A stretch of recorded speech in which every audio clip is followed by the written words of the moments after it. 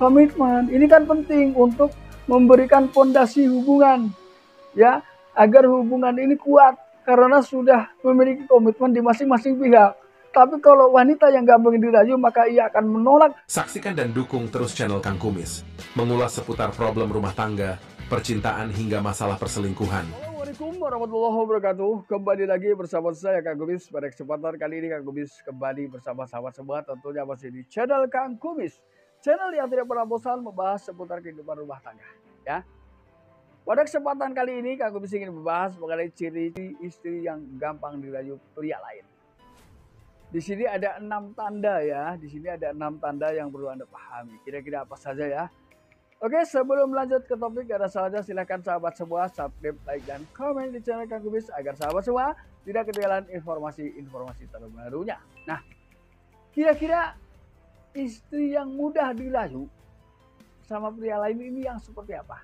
Ya, biasanya yang pertama adalah istri yang suka menuduh suami tanpa alasan, cemburu buta. Ini gampang sekali, ya, dirayu, ya, oleh pria lain. Karena ketika sudah istri suka menuduh, sudah cemburuan, secara otomatis rumah tangganya tidak bahagia, ya.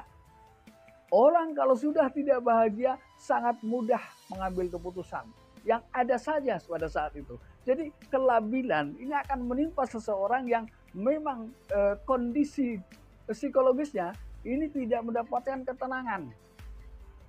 Jadi gampang menerima keputusan yang bisa jadi disadari belakangan bahwa selama ini keputusan yang ia lakukan adalah salah. Ya, ini secara psikologis yang perlu Anda pahami. Jadi orang yang labil akan menerima tawaran apapun dengan mudah. Ya, karena daripada banyak alasan lah, ya, daripada di rumah jenuh, mendingan pergi sama laki-laki lain mencari hiburan. Padahal mencari laki-laki lain atau pergi dengan laki-laki lain ketika sudah menikah itu tidak dibenarkan. Ya, ini hal yang pertama. Jadi istri yang cemburuan dan gampang menuduh. Kemudian yang kedua adalah istri yang pembosan.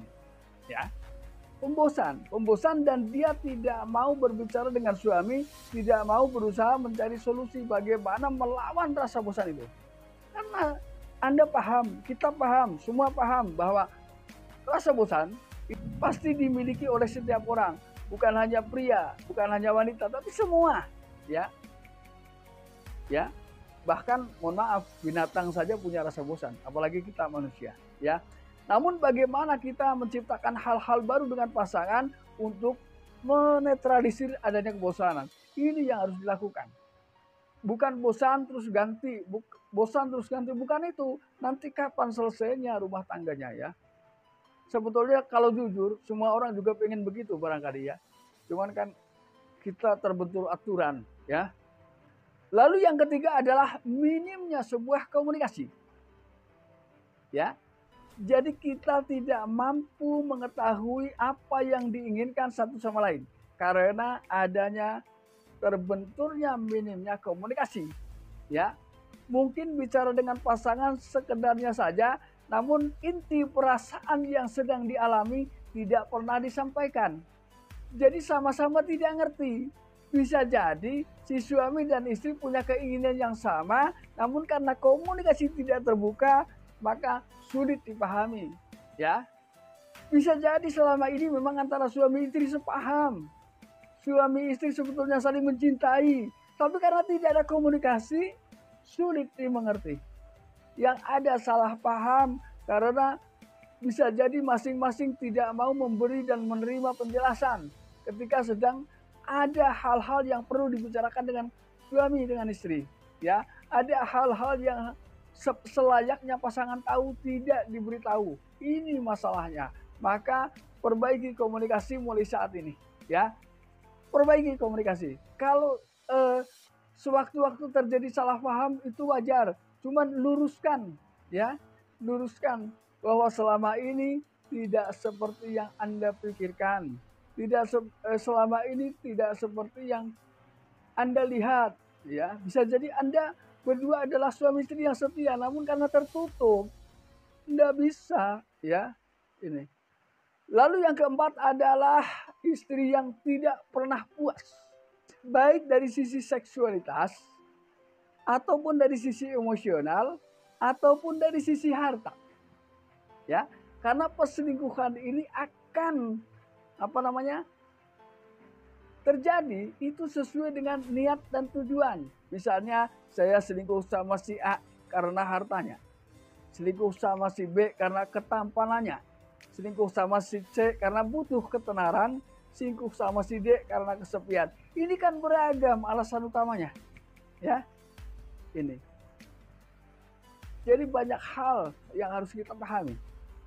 Jadi tidak puas ini juga ada dua. Tidak puas karena hubungan emosional selama ini kurang. Tegur sapa kurang, cumbu rayu kurang.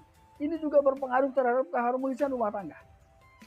Lalu dari sisi seksualitas, bisa ini menimbulkan terjadi perselingkuhan dan pada akhirnya orang gampang tumbang dalam membangun keharmonisan rumah tangga karena tidak ada pondasi itu, ya.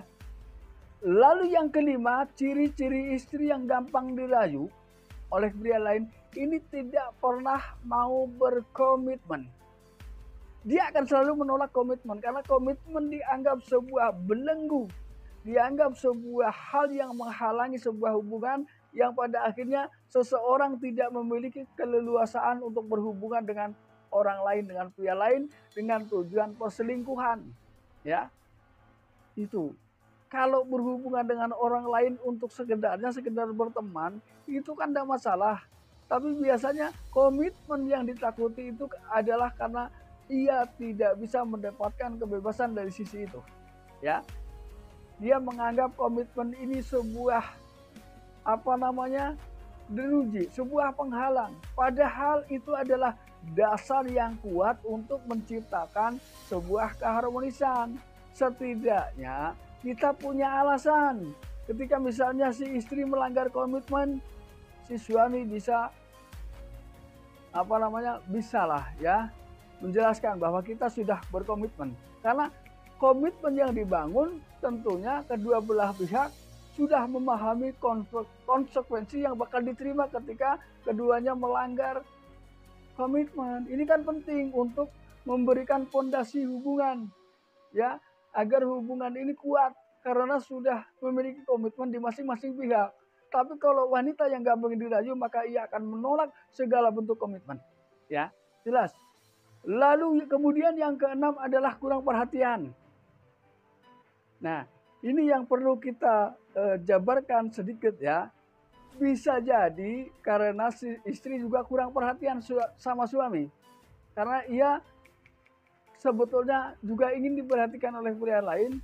Bisa juga si istri ini karena kurang mendapat perhatian dari suami. Dua-duanya sama, mirip ya.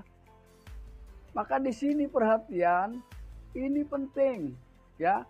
Perhatian ini penting karena banyak istri yang mengeluh karena tidak pernah diperhatikan suami. Karena perhatian bisa jadi karena hanya dari sisi zahirnya saja. Contoh perhatian ekonomi mungkin karena si suami sudah merasa memberikan sesuatu yang cukup, maka ia menjadi seenaknya, ya, tidak mau memberikan perhatian secara batin. Ia menganggap semuanya sudah saya selesaikan dengan uang. Padahal ketika bentuk perhatian batin ini kan dari sisi rasa harus ada dan saling bertemu, berbicara tentang perasaan. Sehingga kita bisa memahami perasaan masing-masing selama ini. Ya. Nah sahabat, itulah yang dapat Kang Kumis sampaikan. Mudah-mudahan ini bermanfaat. Dan saksikan terus video lain di channel Kang Kumis. Dan akhir kata, salam harmonis bersama Kang Kumis. Wabillahi taufiq wal hidayah. Wassalamualaikum warahmatullahi wabarakatuh.